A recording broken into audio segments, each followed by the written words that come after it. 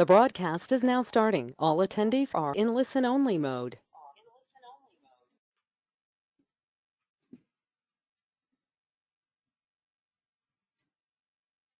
Baik, selamat sore teman-teman yang sudah hadir di dalam seri webinar kita pada hari ini. Terima kasih sudah hadir pada hari ini dan teman-teman, seperti jadwal kita akan melakukan webinar pada sore ini masih dalam tema yang sama tentang money management dan manajemen risiko.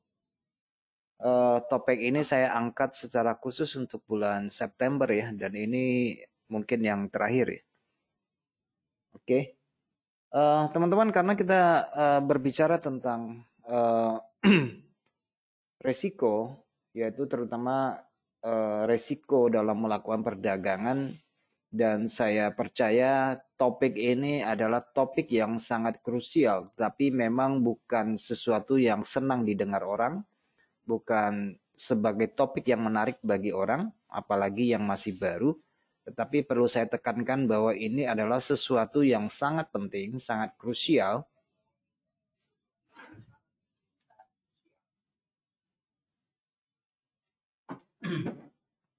Karena ini akan menentukan langkah kita selanjutnya, apakah kita bisa bertahan di dalam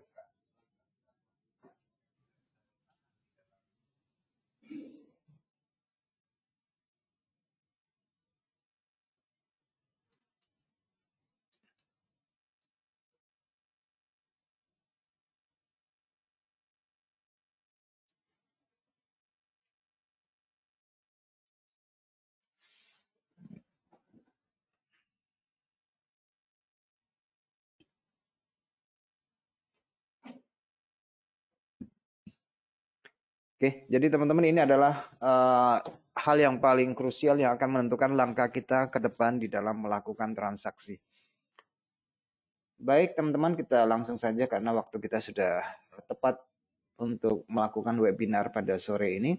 Seperti biasa saya sampaikan kembali disclaimer, ini adalah bentuk layanan yang kita berikan dari HFM kepada teman-teman supaya memiliki informasi yang lebih komplit, memiliki wawasan dan beberapa faktor yang mesti diketahui oleh teman-teman sekalian untuk mempersiapkan diri sebelum melakukan perdagangan. Dan selalu kita ingatkan kembali bahwa perdagangan dengan daya ungkit leverage itu mengandung resiko yang tinggi. Jadi sebelum melakukan perdagangan sebaiknya memikirkan kembali tingkat resiko yang sanggup teman-teman sediakan untuk membeli kemungkinan. Baik, sepanjang siaran ini berlangsung, apabila terdapat gangguan suara maupun apalah itu, nanti saya minta tolong kerjasamanya untuk menginformasikan kepada saya sehingga saya bisa mengatur ulang perangkat yang saya gunakan. Dan kalau itu terjadi dari pihak teman-teman, tolong dicek kembali line-nya juga perangkat yang digunakan. Baik teman-teman, ini mungkin lebih banyak kepada sesi psikologis dan saya tidak banyak menampilkan template. Jadi ini lebih banyak sesi curhatnya daripada daripada hal yang lain, karena ini menyangkut psikologis dan tentang resiko. Baik, Anda bersama saya Adi Pangestu, analis dari HFM, akan mencoba menjelaskan beberapa hal yang penting di dalam perdagangan yang pasti teman-teman mengalami dan bersentuhan dengan hal ini. Baik teman-teman, tema kita ini adalah rugi yang wajar. Jadi yang namanya membangun usaha, membangun bisnis, itu siapa saja bisa melakukannya ya teman-teman, apabila memiliki modal yang cukup. Jadi tidak ada berbedanya dengan trading. Namun untuk mempertahankan bisnis ataupun trading agar tetap menguntungkan, tidak semua orang bisa melakukannya. Karena nyatanya tidak sedikit trader yang mengalami margin call, mengalami kerugian, dan berhenti trading. Kadang-kadang timbul pikiran bahwa trading itu tidak cocok buat dia. Nah, belakangan ini teman-teman saya banyak sekali mendapatkan pesan dari sebagian orang atau eh, teman-teman trader yang lain yang memberi kabar kepada saya sudah MC kembali. Keuntungan yang saya dapatkan selama 4 bulan, 5 bulan, kemarin baru saja mengalami margin call kembali. Apa yang saya hasilkan selama 4 bulan ini harus kembali saya ulangi dari titik nol. Nah, itu adalah problem yang sering kita dengar dan barangkali teman-teman juga mengalami hal yang sama. Nah, sebagai pedagang yang masih baru, itu pasti rugi. Itu sudah pasti. Tetapi apakah pemula atau newbie tidak bisa sukses? Nah, itu jawabannya ada di tangan Anda. Nah, teman-teman mendapatkan keuntungan yang besar itu merupakan harapan ya. Bahkan ada yang mengatakan saya ingin mendapatkan profit dan saya mau bebas finansial. Itu menjadi tujuan awal saya melakukan perdagangan. Tetapi untuk sampai ke sana banyak sekali hambatan, banyak sekali hal-hal yang harus kita pelajari. Seseorang teman baru kemarin telepon kepada saya, dia mengatakan bahwa ongkos untuk belajar forex ternyata mahal ya, sampai berjuta-juta. Apa yang saya hasilkan selama 6 bulan terakhir ini, yang saya mulai dengan akun yang sangat kecil, hanya $20, akhirnya saya bisa mengumpulkan sampai $800. Dalam perjalanan 6 bulan ini, kemarin saya tidak pasang stop loss dan selalu saya yakin bahwa meskipun saya tidak pakai stop loss, harga akan kembali ke harga semula. Dan itu terbukti selama 6 bulan terakhir ini. Tetapi kenapa kemarin tidak terbukti? Oke, ya karena pada prinsipnya pasar itu sangat dinamis. Sementara kita selalu menggunakan metode yang sama, mindset yang sama, tidak beradaptasi pasar dengan cepat. Padahal mungkin secara teknis maupun secara fundamental maupun sentimen, kita sudah banyak mendapatkan informasi bahwa bulan September ini tidak cocok buat komoditas dan indeks saham. Tetapi kita juga kadang-kadang terlalu mengabaikan informasi yang sudah diberikan dan juga indikasi yang kelihatan nyata di depan mata kita memang sudah turun ya, tetapi karena kita masih ada posisi beli yang gantung, kita masih ngotot dan bahkan tidak jarang kita juga menambah posisi yang ada, kita melakukan averaging dan akhirnya posisi kita semakin deseret, semakin jauh dan kita harus menelan pil pahit. Ternyata pasar itu selalu benar. Oke, karena kita selalu melakukan hal tersebut, keputusan yang kita ambil itu berdasarkan kerangka pikiran kita yang monoton, yang statis. Nah, begitu pasar berubah, kita tidak merubah, maka kita akan terkena dampaknya. Nah, teman-teman tidak bisa dipungkiri bahwa di dalam menjalankan aktivitas perdagangan maupun bisnis dan usaha, kerugian itu sudah pasti menjadi bagian sebuah resiko yang mau tidak mau itu harus kita lalui. Gitu ya.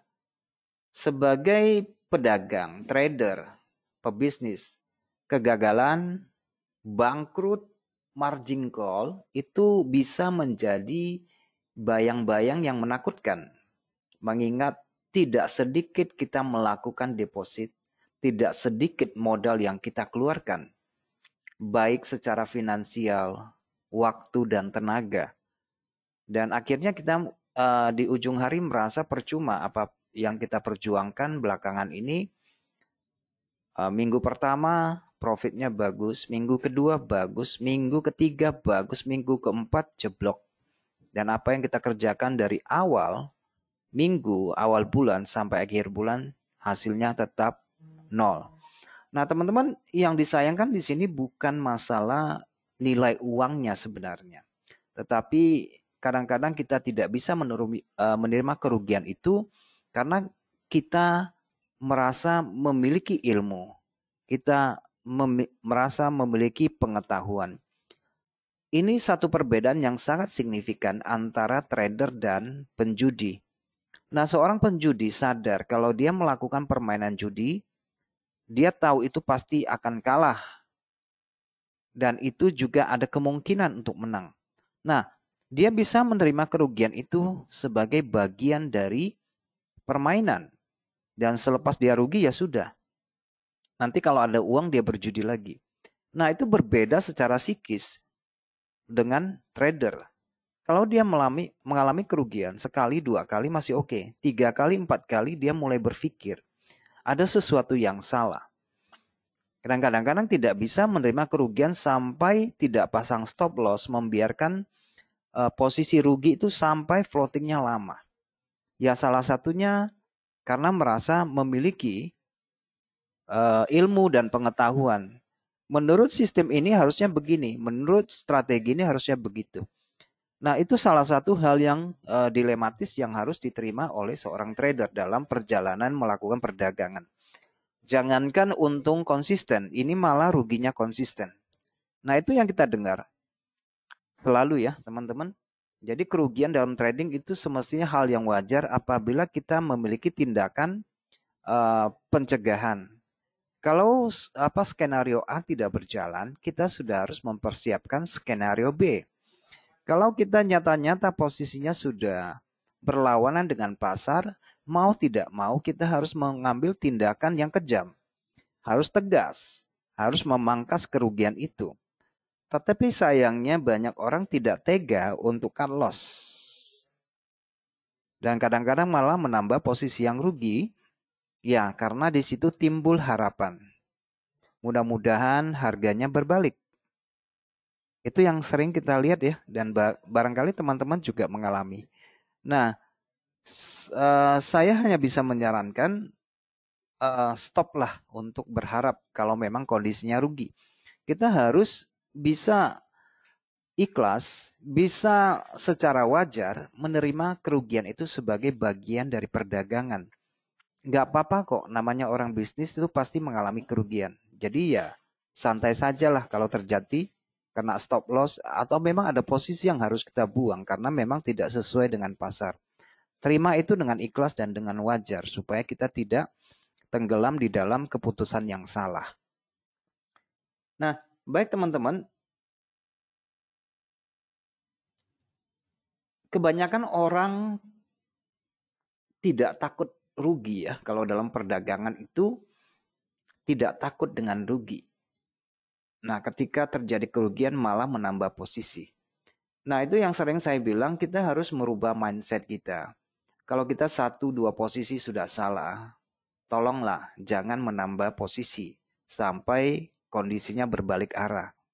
Atau bila perlu, seperti yang kalian pelajari kemarin, kita melakukan switching. Oke, buang yang rugi kita ganti posisi. Nah, kalau teman-teman tidak mau melakukan switching, teman-teman bisa melakukan hedging dengan lot yang lebih besar supaya ada yang bekerja untuk mengembalikan kerugian tersebut. Kalau belinya 1 lot dan itu salah, maka kita juallah 2 lot dan sebaliknya. Nah, itu adalah tindakan pencegahan. Skenario kalau A-nya tidak berjalan, maka kita harus punya skenario B. Kalau skenario B tidak berjalan, kita harus punya skenario C. Dan kalau terjadi kerugian berturut-turut, kita harus tahu diri kapan kita harus stop. Berapa persentasi dari kerugian dari modal kita. Kalau kita tidak stop, maka yang ada adalah revenge, pembalasan dendam. Dan berpikir dengan lot yang besar akan mengembalikan kerugian itu.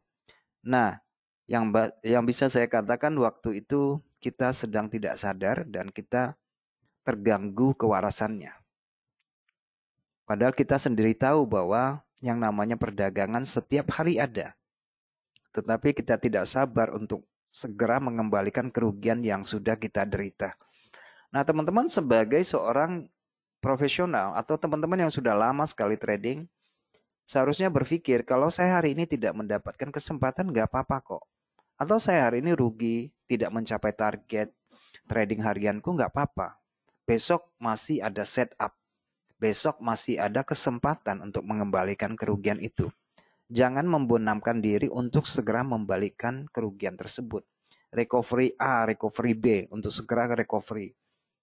Nah, kalau sudah demikian, ya kita tidak ada bedanya dengan penjudi.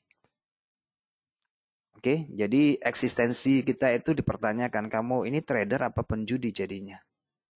Karena kita dilengkapi oleh seperangkat perencanaan.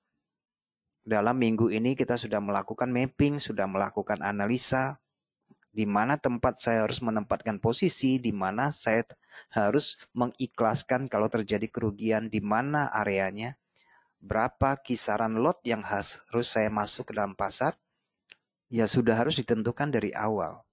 Jadi kita tidak tradingnya membabi buta, sebentar beli, sebentar jual. Akhirnya kita ya diobok-obok sama pasar ya. Setiap ritme pasar kita mau kuasai. Ya menurut saya tidak seharusnya begitu. Pasar itu pada prinsipnya sangat dinamis dan selalu berubah-berubah. Tetapi kalau kita tidak memiliki perencanaan ya sia-sialah pekerjaan yang kita lakukan. Mungkin 1 tahun, 2 tahun kita masih ada di zona yang sama. Sampai 10 tahun juga di zona yang sama, tidak kemana-mana. Kalau dilihat-lihat secara strategi benar, lebih banyak untungnya. Posisi yang benar itu lebih banyak. Posisi yang salah win rate ratio-nya bagus. Tetapi sekali lagi teman-teman, win rate ratio itu bukan sebagai acuan. Karena kita mendapati bahwa banyak posisi kita yang benar, tapi yang benar itu begitu rugi 1 kali, 2 kali, akun kita tetap saja tetap kecil, bahkan berkurang nilainya.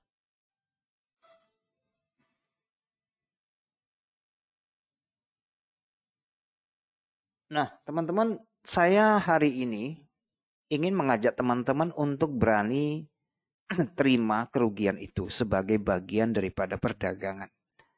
Berani pasang stop loss, berani cut loss. Apabila ada teman-teman yang sering melihat, mendengar influencer, teman-teman yang lain, saya tidak butuh stop loss. Oke, stop loss itu nggak penting. Toh kita mencari duit kok, bukan mau mencari rugi. Karena saya pengalaman kalau pasang stop loss, kena stop loss harga berbalik arah. Padahal posisi saya benar. Nah, teman-teman, sebagai retail kita harus menyadari bahwa rugi itu pasti datang dan itu bersifat pasti. Kalau sesuatu yang bersifat pasti seperti yang saya sering katakan, itu bisa dikontrol. Saya mau ruginya berapa? Oke, jangan sampai layer-layer banyak-banyak sampai nggak tahu ruginya berapa, akhirnya nyungsep. Seakonnya baru deposit 1 hari 2 hari sudah MC. Nah, berarti kan kita tidak mengetahui apa yang kita kerjakan, bukan? Kita masih lebih senang dengan adrenalinnya, suka mencari challenge supaya kita merasa benar dalam memprediksi harga. Ya, tetapi hasilnya tetap tidak ada. Oleh karena itu, kita membutuhkan perencanaan dan kita harus siap menerima kerugian, tapi yang wajar. Ya, setiap orang pasti ingin lah ya berhasil dalam melakukan perdagangan. Tetapi sadar atau tidak sadar untuk bisa berhasil untuk mendapatkan profit yang konsisten, diperlukan komitmen dan konsistensi dalam setiap hal yang kita putuskan. Teman-teman, sebagai pedagang trader memiliki tanggung jawab yang besar dan tingkat stres yang sangat besar. Kenapa saya katakan seperti itu? Karena teman-teman itu mengelola duit. Salah pencet itu sudah mengambil satu resiko. Teman-teman itu diharuskan untuk mengambil keputusan untuk diri sendiri. Karena teman-teman itu adalah bos itu sendiri, pelaksana itu sendiri. Jadi sebelum mengambil keputusan harus ada seperangkat aturan. Sebelum mengambil keputusan sudah harus tahu. Kalau terjadi kerugian dan tidak sesuai dengan skenario, ruginya berapa itu sudah harus tahu. Sehingga tidak ada cerita di ujung hari MC atau depo terus-menerus. Kalau kita kerjanya depo terus-menerus ya sayang sekali duit kita. Gitu ya. Nah, teman-teman, selain daripada komitmen, kita harus kembali mengingat kembali di awal kita mulai trading. Tujuan kita trading buat apa? Kenapa? Karena mindset itu sangat penting sekali. Mindset itu akan menentukan arah perdagangan kita. Tidak masalah kita rugi berapa, MC berapa, kita harus kembali lagi mengingat tujuan awal kita melakukan perdagangan. Apa yang kita ingin cari di dalam melakukan perdagangan? Oke, bagaimana usaha kita untuk mencapai tujuan itu? Saya percaya orang banyak dalam 1 tahun hilang, 2 tahun hilang, 3 tahun hilang, 4 tahun hilang. Nah, masalahnya apakah teman-teman masih ingat mimpi di awal ketika melakukan trading? Kalau mau deposit mau sampai kapan? Depo terus, mau sampai kapan? Oke, deponya mau sampai kapan? Itu yang menjadi pertanyaan dasar. Coba renungkan. Nah, selain komitmen dan konsistensi dalam setiap hal yang kita putuskan, teman-teman seharusnya juga memiliki pikiran yang positif supaya logikanya itu tetap jernih. Tidak ada distorsi ya. Logikanya, pikirannya itu harus selalu positif. Supaya kita bisa membaca peluang dengan baik. Supaya kita bisa menjaga fokus dan tetap produktif. Nah, sering juga saya sampaikan bahwa trading itu adalah permainan menunggu. Oke. Trading itu adalah permainan menunggu. Menunggu setup, menunggu kesempatan itu datang, baru kita masuk pasar sesuai dengan kriteria dan aturan yang kita tetapkan. Oke, teman-teman ingat ya, trading itu adalah permainan menunggu. Jadi bukan berarti begitu buka laptop, buka grafik, buka HP, melihat ada kesempatan langsung kita masuk seperti itu. Oke, kadang-kadang setup yang tidak clear itu, yang tidak bersih, itu akan menghancurkan, akan membawa kerugian yang sangat besar buat kita. Yaitu human error-nya di situ ya, karena memang kita yang tidak hati-hati, tidak ada kejelasan, kita langsung mengambil keputusan. Nah, itu memang kita yang salah ya teman-teman.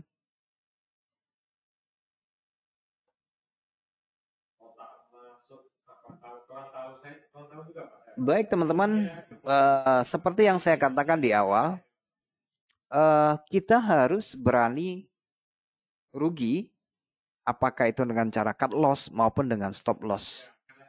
Oke, karena sebenarnya itu cut loss, terutama stop loss itu memberikan informasi yang paling akurat bagi kita bahwa posisi kita itu salah.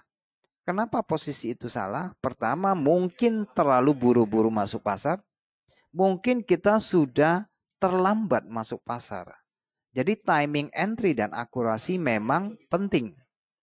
Oke, tetapi stop loss itu jauh lebih penting sebagai pagar bagi kita yang akan memberikan informasi kepada kita memang benar posisi kita salah dan kita harus terima itu.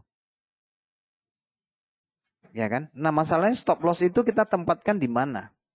Kan kalau retail kan sering di bawah shadow, di bawah support dan resisten. Kadang-kadang di pasar harga suka mengambil stop loss dulu, baru harga berbalik. Kadang-kadang begitu kan. Nah, saya pikir teman-teman juga pasti mengalami lah kondisi yang seperti itu.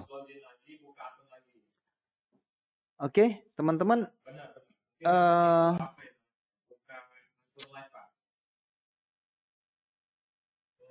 Mengapa yang menjadi pertanyaan kadang-kadang rugi itu dibutuhkan ya? Mengapa sih rugi itu kadang-kadang perlu? Jadi kita sih pengennya apa ya? Pengennya itu untung terus ya, tidak mau adanya namanya rugi, tidak mau ada cacat di dalam jurnal trading kita. Kan gitu ya. Mengapa saya bilang rugi itu dibutuhkan? Karena kita tidak tahu kejadian yang akan datang. Ada seseorang teman yang telepon kepada saya kemarin. Oke. Yang barusan saya ceritakan di awal, dia sudah dengan dana yang kecil mengumpulkan cukup banyak, beribu-ribu persen dalam 6 bulan, dan harus menerima kekalahan karena tidak pasang stop loss. Ya, dia merasa putus asa. Waduh, kayaknya nggak cocok deh katanya. Oke, mungkin trading nggak cocok. Ya, saya bilang, ya bersyukur dong bahwa kejadian itu terjadi saat ini. Kamu tidak pasang stop loss dan kamu mengalami kerugian yang sangat besar. Dan kamu harus memulai dari nol. Itu kejadian yang bagus. Loh kok bagus? Saya rugi loh. Ya bagus. Karena hal ini kamu alami, kamu alami itu di awal dari perjalanan tradingmu. Kamu bisa bayangkan, kamu tidak menerima posisi seperti ini, kondisi seperti ini ketika uangmu sudah lebih besar. Dan waktu yang kamu habiskan lebih jauh lebih banyak. Mungkin bukan 6 bulan, tetapi bertahun-tahun. Dan itu pukulannya lebih dalam nantinya daripada saat ini. Rugi sekarang nggak apa-apa. Harus diterima. Karena ini adalah bagian dari proses dan ini adalah kelalaian. Harus kita accept itu, harus terima itu. Dan ini adalah pembelajaran yang mahal. Ya memang mahal. Mahal karena kita mengabaikan salah satu safety bet-nya di situ ya, stop loss-nya di situ. Ya, hasil kerjanya ya percuma jadinya. Dan yang paling menyakitkan adalah waktu yang dihabiskan. Waktu untuk menunggu setup. Iya kan? Waktu-waktu yang kita habiskan untuk melakukan trading, atau di akhir sudah berjalan berbulan-bulan akhirnya harus rungkat karena tidak pasang stop loss. Karena selama ini harga masih bolak-balik, masih bisa cuan, masih bisa cuan. Nah, kita tidak bisa memprediksi kapan pasar itu mengalami kondisi perubahan yang di luar ekspektasi kita. Maka itulah saatnya kita akan menerima kekalahan demi kekalahan. Nah, bagi teman-teman yang pasang stop loss, kalau sudah melakukan trading, kena stop loss 1 kali, oke, masih bisa ditolerir. 2 kali, oke. 3 kali masih kena. Nah, teman-teman harus berhenti dulu. Kalau tidak berhenti, masih melanjutkan, nah yang saya khawatirkan adalah kita menjadi tidak waras. Tutup aja laptopnya, masih ada kesempatan besok kok. Karena kalau kita tidak berhenti, maka yang terjadi nanti malah kerugian yang lebih besar. Kerugian yang lebih besar. Karena yang namanya manusia memang karakternya, memang bawaannya tidak bisa menerima yang namanya kalah. Itu sudah diset dari awal. Tidak ada yang mau kalah. Oke, teman-teman. Ini sesi curhat ya, nggak apa-apa ya. Ini karena berhubung ada yang telepon saya, ada yang DM saya, ada yang kirim beberapa curhatan. Jadi saya bagikan ya. Mungkin dia tidak mau bagikan kepada kalian ya, tetapi saya wajib karena ini adalah suatu warning, suatu peringatan bahwa hal ini bisa terjadi pada siapapun. Dalam kondisi apapun, entah itu akunmu besar, entah akunmu kecil. Ibaratnya kayak penyakit ya teman-teman. Penyakit itu tidak memandang status lu kaya atau lu miskin. Ya penyakit aja gitu loh. Nah dalam hal ini juga sama. Kamu jangan senang dengan akunmu dengan modal yang besar. Tapi begitu miss, tidak ada perencanaan, sama aja. Oke? Kamu juga jangan mengabaikan akun saya kecil kok nggak apa-apa. Kalau rugi saya depo lagi. Masalahnya itu akan berulang terus menerus. Kita akan jatuh di lubang yang sama. Kalau tidak ada pembenahannya.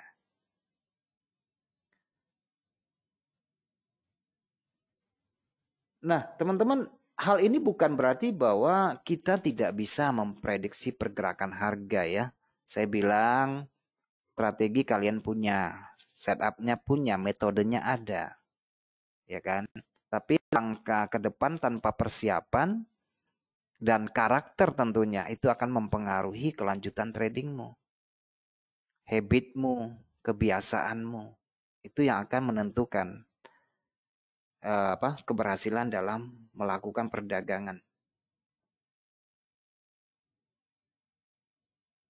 Baik teman-teman, karena kita menyenggol tentang cut loss ya, tentang cut loss itu wajib atau SL itu wajib, teman-teman, ini adalah beberapa tindakan yang bisa kita lakukan untuk mencegah hal-hal yang tidak kita inginkan ya.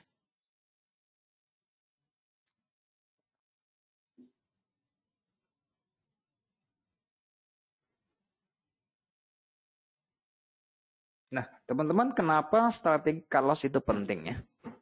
Kenapa strategi cut loss itu penting? Karena di dalam trading forex tidak ada yang tahu persis harganya akan bergerak kemana.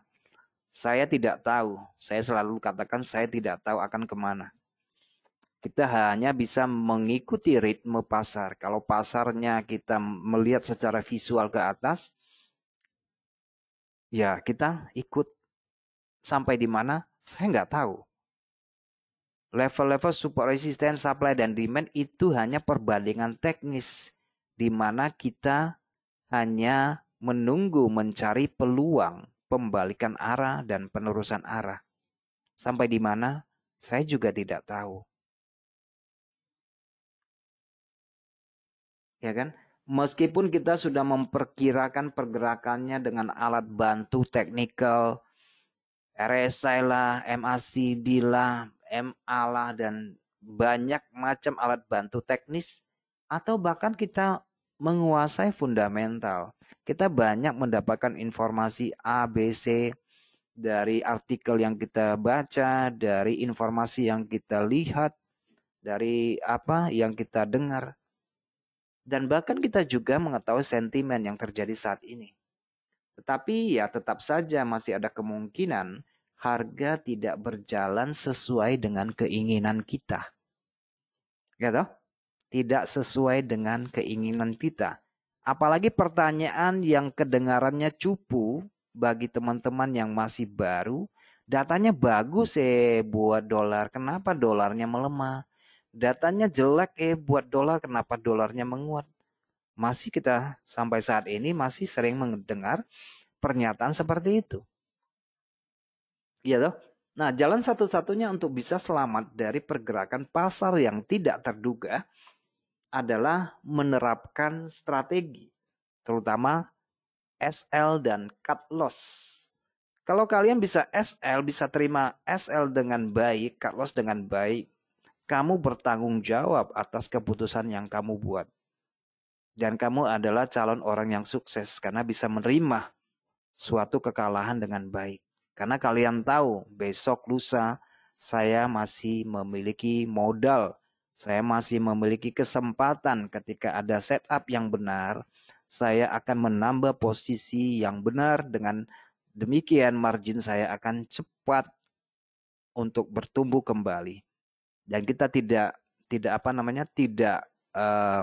dihantui oleh kerugian sebelumnya. Oke, karena trading itu bukan pembalasan untuk membalikkan modal. Tapi ini adalah proses pendewasaan diri supaya setiap keputusan yang kita ambil ke depannya semakin hari semakin baik. Nah, teman-teman, jalan satu-satunya untuk bisa selamat dari pergerakan pasar yang tidak terduga adalah menerapkan strategi cut loss. Nah, supaya harapan meraih profit kita itu konsisten, itu tidak pupus. Gitu ya. Nah, kita perlu melakukan cut loss kalau memang posisinya kurang menguntungkan. Oke. Dan saya sudah sharingkan bahwa kapan kita harus masuk pasar, berapa posisi yang harus kita masukkan, berapa lapis. Jangan sampai penuh chart itu dengan posisi-posisi yang ada kalau setupnya sudah muncul. Saya biasanya men-sharingkan paling kita ada tiga posisi yang bisa kita masukkan. Kalau lepas dari 3 posisi itu pasar sudah berubah arah, berarti posisi kita salah. Dan kita harus gentle menerima kondisi seperti itu. Nah, sebagai intraday trader, teman-teman, kita mungkin bisa mendapatkan keuntungan yang berturut-turut sehari, 2 hari, 3 hari. Namun jika kita membiarkan ada satu posisi yang floating, loss, dan bergerak di luar kendali, itu bisa menghapus semua jerih lelah kita. bisa menghapus keuntungan kita yang sudah kita kumpulkan dari posisi awal. Karena ada pembiaran di situ. Oke, teman-teman. Jadi ingat ya, pertama itu selalu pasang stop loss. Saya sudah ceritakan pengalaman saya. Saya tidak pasang stop loss, saya tidak trading, saya cuma pasang buy limit saja, saya bisa kehilangan sejumlah uang yang besar. Kalian sudah tahu ceritanya kan? Nah, teman-teman, stop loss atau cut loss itu tidak memalukan dan itu bukan aib ya, teman-teman. Itu bukan aib. Dan justru itu akan menyelamatkan kita. Tujuannya adalah untuk meminimalisir kerugian yang lebih besar. Gitu ya teman-teman ya. Nah, kalau cut loss itu kan biasanya atau stop loss itu kan idealnya bagi retail yang sudah barusan saya bahas bahwa itu dia suka memasang di bawah shadow, di bawah support dan resisten. Nah, kalau support resisten yang sering diuji maka sampai 3 kali, 4 kali, maka itu adalah suatu petanda support resisten itu bisa jebol ya. Oke, jadi kalian kalau sudah sampai 3 kali, terutama sudah 4 kali diuji, hati-hatilah. Jangan untuk mencoba mengcounter lagi. Jadi kita ada safety alarmnya di situ ya. Kalau namanya SNR sudah disentuh sampai ke 4 kali, 5 kali, maka itu adalah level yang rentan. Level yang sangat rentan sekali. Tapi sentuhan pertama, sentuhan kedua oke lah ya. Tapi kalau sudah memasuki sentuhan ketiga, keempat, kelima, maka level itu bisa dikatakan kuat atau juga bisa dikatakan memiliki intensitas untuk ditembus atau dijebol. Baik teman-teman, yang kedua kita harus aktif dalam memantau pasar ketika kita sudah punya posisi. Kalau kita sebagai intraday trader, kita harus aktif ya. Nah, strategi cut loss itu identik dengan aktivitas trade management yang aktif. Gitu ya teman-teman. Karena kenapa? Karena pasar itu berubah setiap saat. Situasinya selalu berubah. Karena kamu sebagai intraday trader atau bahkan seorang scalper. Dan tentu saja yang kedua ini aktif memantau pasar tidak berlaku bagi seorang swinger. Tapi seorang swinger juga akan memperhatikan pasar minimal 4 kali 4 jam akan memperhatikan pasar sesekali. Tetapi Anda sebagai intraday trader ketika sudah memasuki sesi untuk melakukan trading ya itu waktunya Anda untuk memantau pasar. Kalau sudah punya posisi, setupnya ada masuk ya harus kita pantau. Oke, harus kita pantau. Dari sinilah fungsi daripada stop loss.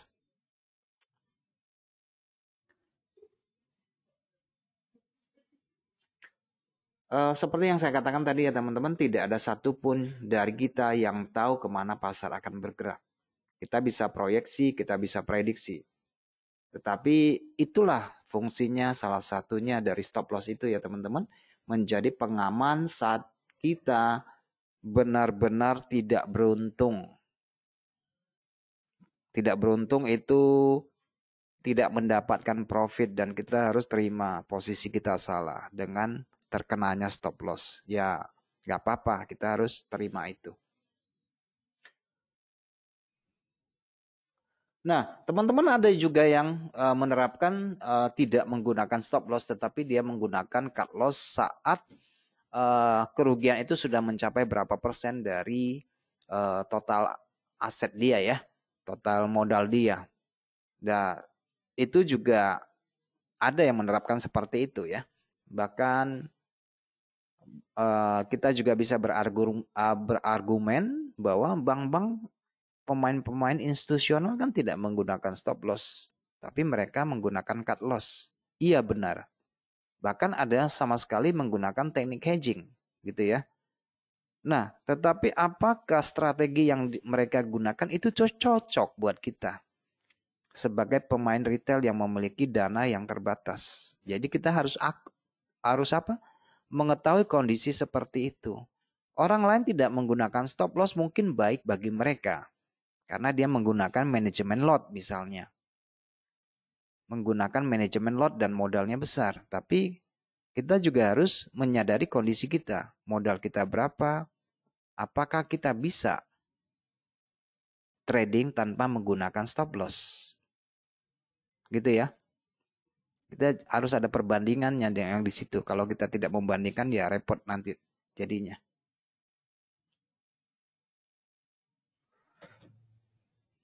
Oke, kalian dengar ini kayak stasiun radio aja ya. Karena nggak ada tampilan apa-apa. Tapi di nanti boleh tanya sih ya nanti di ujung sesi ini. Baik, yang ketiga, cari peluang trading di tempat lain. Nah, teman-teman, ada kalanya hal-hal seperti menggeser-geser stop loss masih juga dilakukan oleh sebagian orang yang tidak siap menerima kerugian. SL-nya ditarik-tarik. Kalau kamu tarik TP-TP nggak apa-apa sih menurut saya ya. Tapi kalau SL jangan digeser-geser lah. Oke, karena SL itulah yang akan mengamankan modalmu. Melebarkan stop loss ya.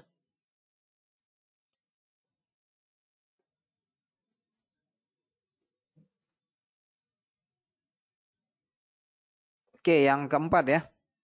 Jangan terlalu santai sambil melihat harga bergerak menuju stop loss. Ini sifatnya pragmatis sih ya teman-teman. Artinya begini. Memang benar kita harus konsisten TPSL ya. TP-nya segitu, S-nya segitu dengan rasio seperti itu. Rasio 1:1, 1:2. Nah, saya tidak mau terkurung di dalam situasi ini. Menurut saya rasio risiko tetap harus 1. Tetapi rasio keberuntungan, reward-nya itu bisa lebih dari 1. Sepanjang pasar memberikan kemungkinan untuk bergerak jauh, ya rasio itu bisa 1 banding sebesar-besarnya. Tetapi ada satu kondisi bahwa hal itu tidak mungkin terwujud. Misalnya kita menggunakan rasio 1:3. Tapi pasar yang menyediakan likuiditas itu tidak sampai segitu di hari itu. Dia hanya memberikan reward 1:1. Katakanlah kita trading Euro USD. Di hari itu cuma 35 pip aja bolak-balik. Sementara kita mengharapkan 100 pip atau 75 pip. Ya pada kenyataannya pasar tidak memberikan sesudah 3 sesi berlanjut. Nah masalahnya apakah kita masih akan bertahan dengan kondisi seperti itu? Oke. Ada juga yang menetapkan bahwa 1 hari saya harus $10. 1 hari harus saya $10. Nah kalau begitu targetnya tidak tersampai di hari itu. Apakah kita harus memaksakan diri untuk melakukan trading? Menurut saya itu juga kurang tepat. Karena trading itu adalah akumulasi dari perdagangan 1 minggu, 1 bulan. Jadi kita nggak boleh menetapkan 1 hari harus 1%. Ya kalau nggak sampai gimana? Itu kan malah menjadi beban kan. Menurut hemat saya yang penting kelola resiko dulu. Berapa kisaran resikonya. Masalah target itu bisa sebesar-besarnya. Oke, bisa sebesar-besarnya selama pasar masih memberikan hal tersebut. Tetapi kalau memang tidak ada ya kita harus logis. Memang tidak disediakan di hari itu. Dan kita harus keluar dengan target yang tidak sampai bahkan harus rugi sedikit. Nggak apa-apa, itu sering terjadi. Tetapi ya secara global kita harus lebih positif hasilnya. Gitu ya.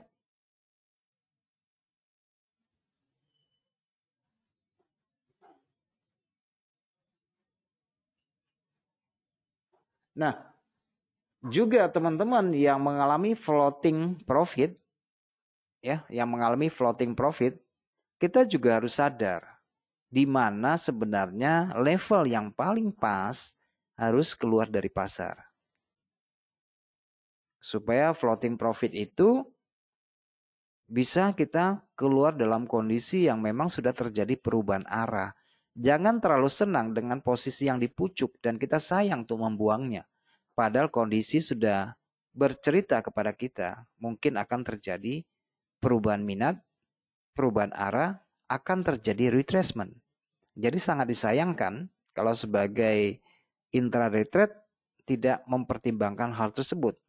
Akhirnya kita harusnya dapatnya $200 karena harga berbalik arah, dan itu harus kita buang, mungkin katakanlah cuma sekitar $20-30 gitu ya.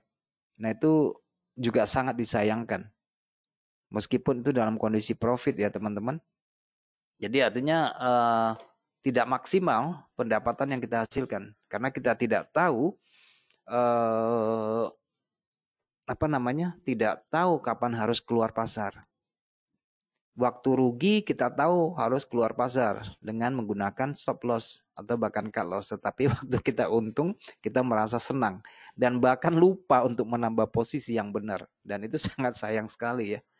Merasa bangga dengan posisi di pucuk tetapi posisinya satu. Coba ketika sudah terjadi breakout dan informasi saya sangat jelas bahwa akan turun, kita tambah posisi meskipun kecil tapi ada penambahan posisi. Nah, bukankah itu akan menggemukkan margin kita? Ya kan? Tetapi ya kebalikannya ketika salah malah kita tambah posisi. Sangat disayangkan. Oke, teman-teman, ini ada yang bertanya ya sedikit di luar konteks ya. Pak, analisa gold Pak, kenapa seminggu ini turunnya dalam sekali? Floating loss 3 layer averaging dan 1 layer multi angle dari harga 1934 dengan layer rata-rata 75 pips. Oke. Baik ya, teman. Ini pertanyaannya ya. Karena pertanyaannya begitu ya otomatis kita harus ke chat dulu ya.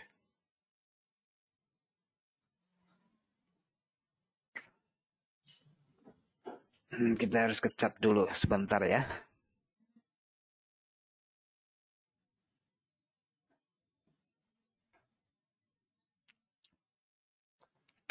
Jadi ceritanya begini.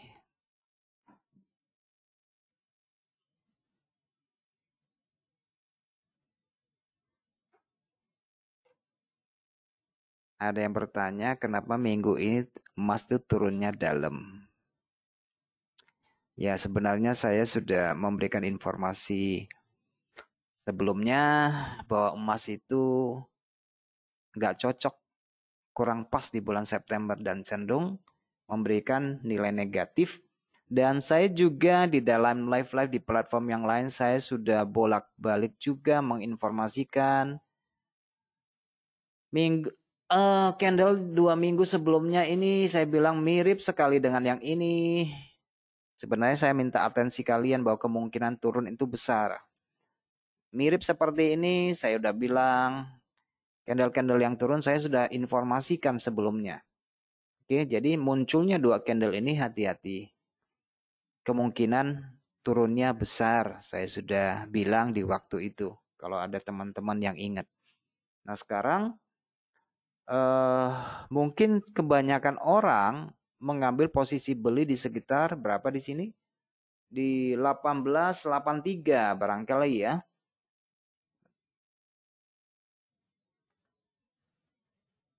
Banyak yang mengambil posisi di situ.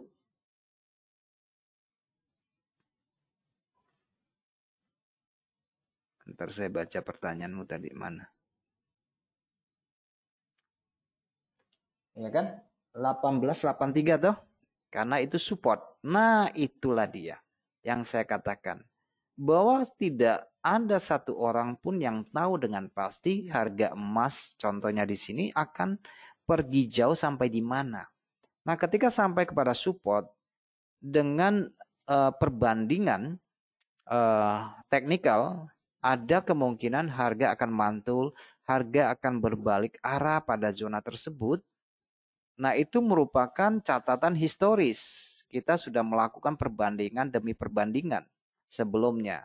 Ya, support bisa bekerja dengan baik. Tetapi kali ini kenapa tidak bekerja dengan baik? Nah, teman-teman saya juga sering menyampaikan bahwa ketika harga naik, nggak usah dibatasi. Hanya sekedar karena support atau resisten. Nah, support resisten jangan kita sampai membatasi, dan saya sudah sampaikan hati-hati ya, ketika harga sampai pada support ini sudah sentuhan yang keempat. Kenapa sentuhan keempat? Karena kalau teman-teman flashback ke belakang di tempat yang sama itu sudah ada 3 kaki di sini. 1, 2, 3. Sudah 3 kali dan ini yang keempat. Hati-hati. Mungkin kelihatannya ada pantulan kan di sini. Ternyata dia melanjutkan perjalanan di situ. Nah, tentu saja secara teknikal mungkin kita sedikit kecewa. Memang betul sampai di sana harga mantul. Tapi sejenak. Lihat teman-teman ya, sejenak. Yang paling penting diperhatikan adalah di sini. Bagaimana dengan biasnya? Nah, ini pada zona ini merupakan zona yang harus kita pantau. Apakah, ingat ya, ingat kalimat saya ya. Apakah harga ini memberitahu kita akan terjadi pembalikan arah atau penerusan arah? Jadi tugas kita ketika harga sampai di daerah support resisten, equilibrium, supply dan demand, level zona tersebut yang menjadi fokus kita itu bukan langsung entry, tetapi mengamati apakah situasi di saat itu memberikan informasi pembalikan arah atau malah sebaliknya memberikan informasi penerusan arah. Oke, jadi ingat teman-teman, memang orang menggunakan support resistance sebagai sistem trading sampai support buy sampai resistance sell. Nah, yang luput dari perhatian kita atau sebagian orang adalah bahwa ketika harga sampai di sana, harga itu bisa kurang sedikit, bisa lebih sedikit. Nah, informasi yang harus kita dapatkan secara akurat di situ adalah cerita tentang minat pasar ketika dia sampai pada level tersebut. Apakah memberikan informasi penerusan arah atau informasi pembalikan arah. Nah, saya sudah ajarkan teman-teman bahwa untuk mengindikasikan suatu perubahan minat itu harus ada breakout minimal 30 menit. Tetapi dalam kasus ini yang kalian lihat di sini memang terjadi pantulan pada 15 menit, tetapi pada 30 menit juga menciptakan pantulan namun tidak memberikan informasi bahwa harga akan berbalik arah dan biasnya cenderung miring ke sisi bawah. Dan di 30 menit berikutnya sebenarnya kita sudah harus sadar bahwa dua pantulan ini tidak membawa perubahan, tetapi membawa inside bar dan penerusan arah dengan candle yang lebih dominan. Lolos lebih jauh lagi sebenarnya kita harus lebih alert lagi. Harga lebih jauh lagi ke bawah, kita harus berani buang posisi itu dan segera ganti posisi yang ada. Nah, masalah kenapa dia bisa turun dengan banyak? Nah, itu secara sentimen teman-teman. Teman-teman sudah tahu bagaimana kondisi dari penguatan US dollar yang dibantu dan didorong oleh penurunan indeks saham, yang dibantu dan didorong oleh kenaikan imbal hasil obligasi atau surat utang Amerika Serikat saat ini yang berada di bawah di atas puncak 6 tahun. Ya toh? Juga dolar yang sangat menguat. Nah, itu dari faktor perbandingan pasar, perbandingan aset maupun dari perbandingan intermarket. Bahwa emas itu musuhnya ya imbal hasil. Emas itu musuhnya ya dolar. Nah, sekarang karena situasi saat ini teman-teman, suku bunga, inflasi yang masih tinggi dan kemungkinan kenaikan suku bunga mendatang, dan bank global masih menerapkan bahwa suku bunga tinggi akan dibiarkan tetap untuk jangka waktu yang lama. Nah, hal tersebut menimbulkan ketidaktertarikan pada emas. Karena emas tidak memberikan imbal hasil, terutama yang pegang emas batangan. Nah, itu salah satu beberapa alasan kalau dari pertanyaanmu kenapa emas turun. Oke. Nah, sekarang Floating loss 3 layer averaging 1 layer marti angle dari harga 1934. Nah, 1934 itu agak jauh banget ya. Jauh sekali. 1934 saya kasih garis hijau ya di atas. 1934 ini maksudnya apa nih ya? Satu layer marti angle dari harga 1934 dengan layer rata-rata 75 pips.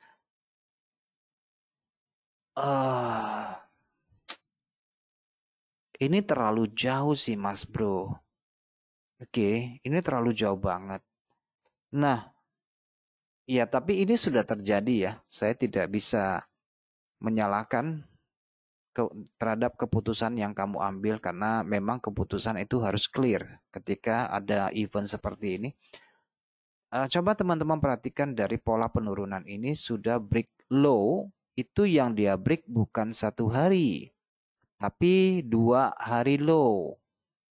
Kalau kita punya posisi beli di 1934, semestinya kita sudah harus pasang stop loss. Dan stop loss itu sudah menyelamatkan sebenarnya sampai dengan hari ini floatingmu yang terlalu besar.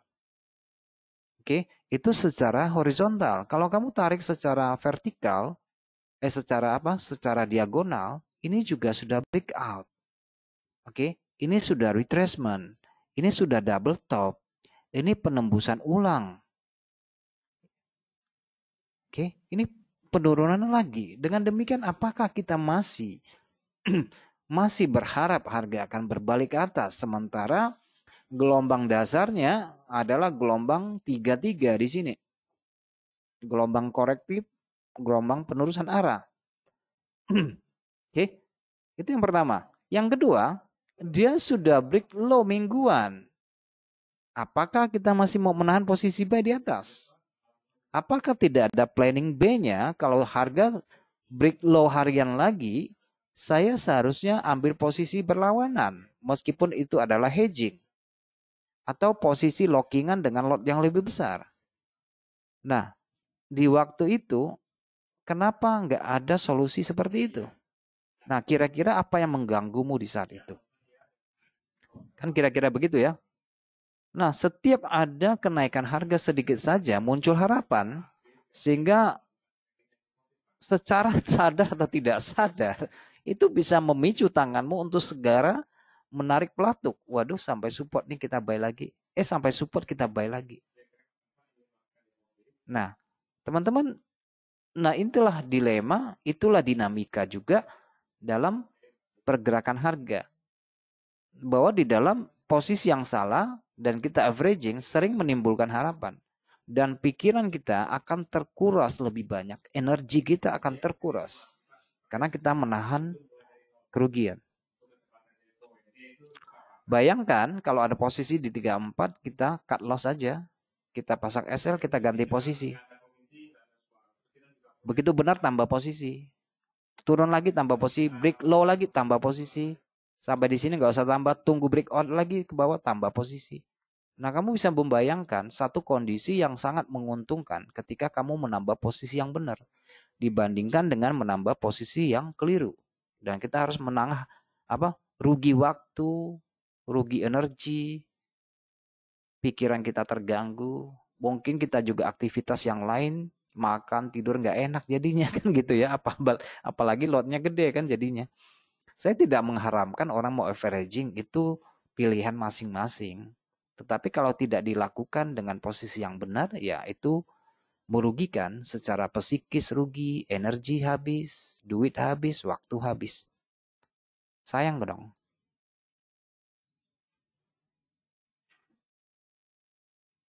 Ya, kita bisa. Makanya saya tadi udah bilang, kondisi ini terjadi karena minggu sebelumnya break high beberapa kali. Oke, saya terima. Oke, kenapa kamu bisa memberikan alasan seperti itu? Karena kamu melihat historikalnya seperti itu. Oke, Karena kita selalu menggunakan pakem yang sama, metode yang sama, aturan yang sama untuk diterapkan. Metode kita itulah metode statis. Selama pasar kelihatannya masih statis, masih bolak-balik dalam range sideways, oke, fine, aman. Tapi begitu dia berubah kondisinya, itu menjadi tidak aman. Itu menjadi tidak aman. Gitu ya. Harga bisa balik ke atas nggak? Bisa aja. Oke, kalau ada momentum nanti bisa balik ke atas. Cuma masalahnya waktu itu sudah kita habiskan.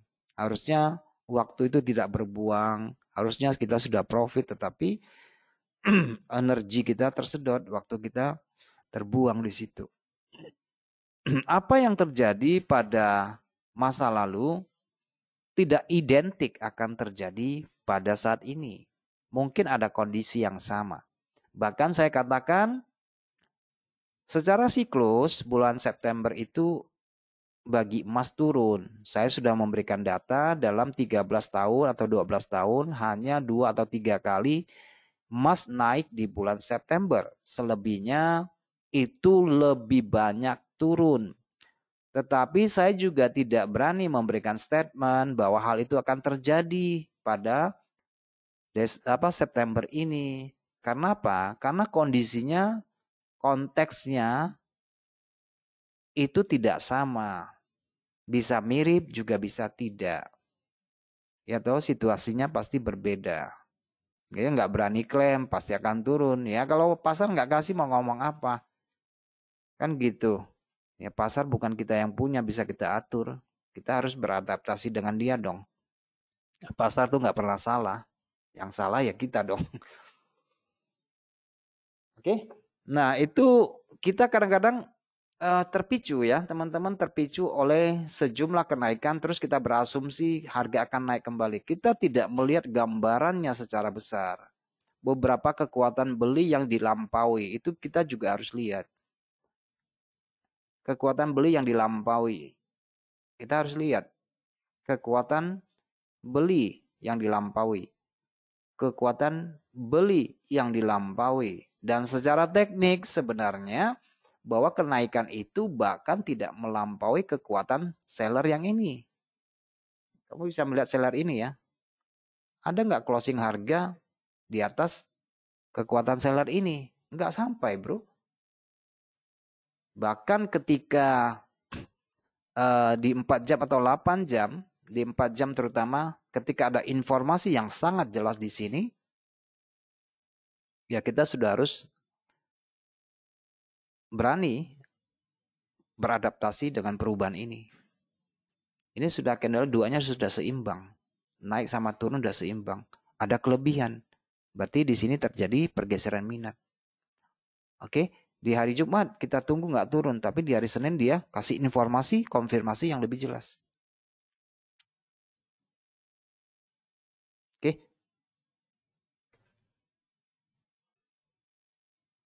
Ya itu bagian dari apa ya? Perjalanan trading kita kadang-kadang kita bisa keakuan kita itu bisa lebih keras bunyinya daripada menerima suatu fakta harga yang ada.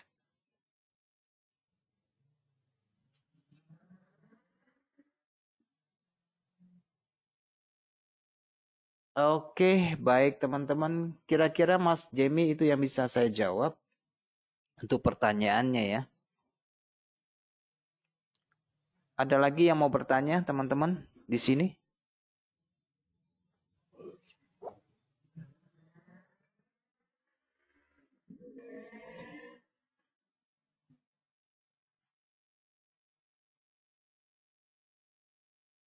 Oke, saya pikir cukup ya ocehannya ya. Semoga kalian tidak bosan untuk mendengarnya.